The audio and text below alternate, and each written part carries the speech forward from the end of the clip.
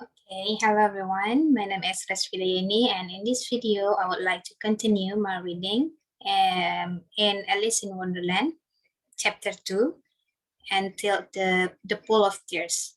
Caruser, cried Alice. She was so much surprised that for the moment she quite forgot how to speak good English.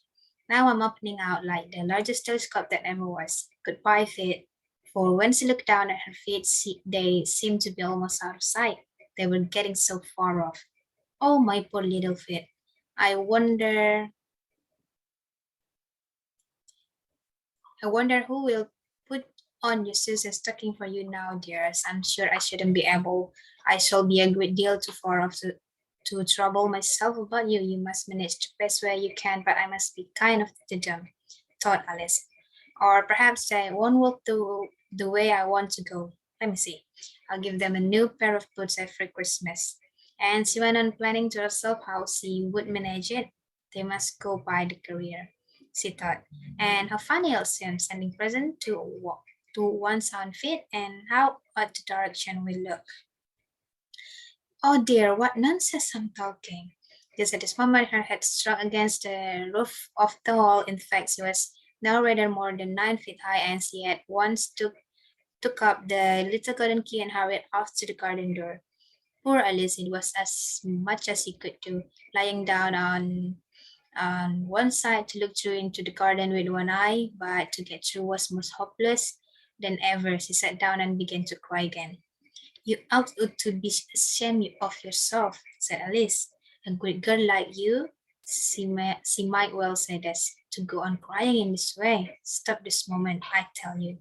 But she went on all the same, shedding gallons of tears until there was a large pool all around her, about 4 inches deep and reaching off down the hall.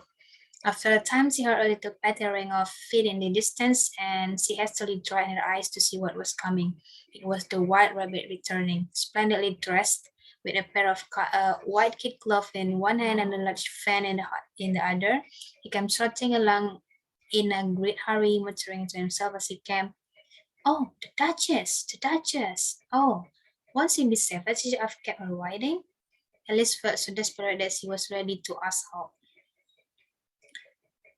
of anyone. So when the rabbit came near her, she began in a low, timid voice, "If you please, sir." The rabbit started violently, dropped the white kid glove and the fan, and scurried away into the darkness as hard as he could go.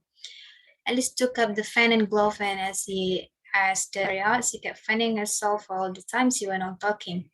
Dear, how quiet everything is today.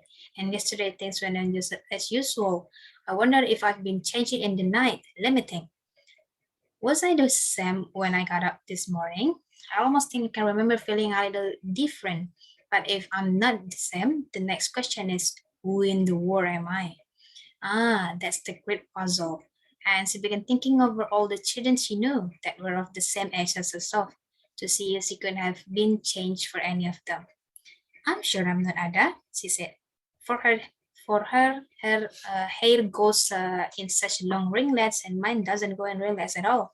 And I'm sure I can be Mabel, for I know all sorts of things, and she knows such a very little. Besides, she is she, and I am I. And oh dear, how puzzling it all is. I'm trying if I know all the things I used to know. Let me see. 4 times 5 is 12, and 4 times 6 is 13, and 4 times 7 is, oh there, I shall never get to 20 at the rate. However, the multiplication table don't signify. That's my geography. London is the capital of Paris, and Paris is the capital of Rome, and Rome, no, that's all wrong. All I am certain, I mustn't be changed for Mabel. I'll try and say, how talk a little. And she closed her hands on her lap as if she were saying lesson and began to repeat it, but her voice sounded hoarse and strange, and the words didn't come the same as they used to do. I am sure those are not the right words, said poor Alice, and her eyes filled with tears again as she went on. I must be Babel after all, and I shall have to go and live in that poky little house and have next to no toys to play with. And ever so many lessons to learn. No, I've made up my mind about it. If I am able, I'll stay down here. It will be no use their putting their heads down and saying, "Come up again, dear." I shall only look up and say, "Who am I then? Tell me that first, and then if I like being the person, I'll come up. If not, I'll stay down here till somebody else." But oh dear, cried Alice with a sudden burst of tears. I do wish they would put their heads down. I'm so very tired of being all alone here. As she said this, she looked down at her hands and was surprised to see that she had put on of the rabbit's little white kid gloves while she was talking. How can I have done that? She thought. I must be growing small again. She got up and went to the table to measure herself by it and found that as nearly as she could guess, she was now about 2 feet high and was going on shrinking rapidly. She soon found out that the cause of this was the fan she was holding and she dropped it hastily, just in time to save herself from shrinking away altogether. That was a narrow escape, said Alice, a good deal frightened at the sudden change, but very glad to find herself still in existence.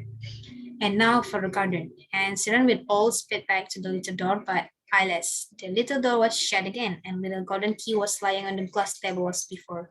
And things are worse than ever, thought the poor child. For I never was so small as this before, never, and I declare it's too bad that it is. As she said these words, her foot slipped, and in another moment, splash! She was out and her chin in salt water. Her first idea was that she had somehow fallen into the sea, and in that case, I can go back railways, she said to herself.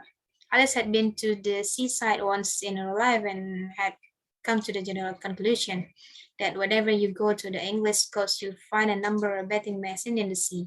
Some children digging in the sand with wooden spades, then a row of lodging houses, and behind them a railway station. However, she soon made out that she was in the pool of tears which she had wept when she was 9 feet high. I wish I hadn't cried so much, said Alice, as she swam about trying to find her way out. I shall punish for it now, I suppose, by being drowned in my own tears. That will be a quiet thing, to be sure. However, everything is quiet today.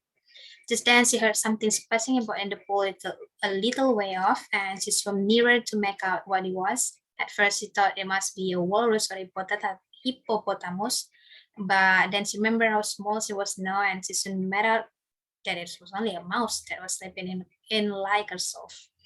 Would it be any use now? Thought Alice to speak to this mouse. Everything is so out of the way down here that I should think very likely it can talk, and any red there's no harm in trying. So she began. Oh, mouse, do you know the way out of this pool? I am very tired of swimming about here. Oh, mouse. Alice thought this must be a right way of speaking to a mouse. She had never done such a thing before, but she remembered having seen in her brother's Latin grammar a mouse, so of a mouse to a mouse, and oh, mouse. The mouse looked at her rather inquisitively, and seemed to her to wink with one of its little eyes, but it said nothing. Perhaps it doesn't understand English, thought Alice. I dare say it's a French mouse, come over with a William the Conqueror. For with all her knowledge of story, Alice had no very good notion how long ago anything had happened. So she began again. How as machate, which was the first sentence in her French lesson book. The mouse gave a suddenly leap out of the water and seems to quiet fear all over with fright. Oh, I beg your pardon, cried Alice hastily, in fact that she had heard the poor animal feeling. I quite forgot you didn't like cats. Not like cats, cried the mouse, in a shrill, passionate voice. Would you like cats if you were me? Well, perhaps not, said Alice in a shooting tone. Don't be angry about it, and yet I wish I could show you our cat Dina. I think you'd take a fancy to cats if you could only see her. She says she is such a dear quiet thing. Alice went on off to herself and she swam lazily about in the pool. And she sits purring so nicely by the fire, licking her paw and washing her face. And she's such a nice soft thing to nurse. And she's such a capital one for catching mice. I beg your pardon, cried Alice again, for this time the mouse was bristling all over and she felt certain it must be really offended. We won't talk about her anymore if you'd rather not. We indeed, cried Mouse, who was trembling down to the end of his tail. As if I would tolerate such a subject, our family always hated cats. Nasty, low, vulgar things. Don't let me hear the name again. It won't end that, said Alice, in a great hurry to change the subject of conversation.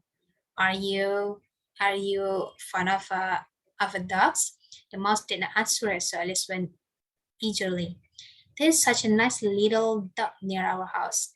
I should like to show you a little bright-eyed terrier, with such a long curly brown hair, and it will fetch things when you throw them, and it'll sit up and beg for its dinner, and all sort of things. I can remember of them, and it belongs to a farmer, and he says it's so useful. It's worth £100. He says it's killed all the rain and oh dear, cried Alice in a sorrowful tone. I'm afraid I've offended it again. For the mouse was swimming away from her as far as he could go and making quiet commotion in the pool as it went. So she called softly after it, Mouse dear, to come back again, and we won't talk about cats or dogs either if you don't like them. When the mouse heard this, it turned around and swam slowly back to her. Its face was quite pale with passion, Alice thought, and it said in a low, trembling voice, "Let us get to the shore, and then I'll tell you my history, and you'll understand why it is I hate cats and dogs." It was high time to go, for the pool was getting quite crowded with the birds and animals that had fallen into it, and there was a duck and a dodo, a lorry and an eaglet, and several other tourist creatures. Alit led the way, and the whole party swam to the shore. So that's all about the chapter 2. See you in chapter 3.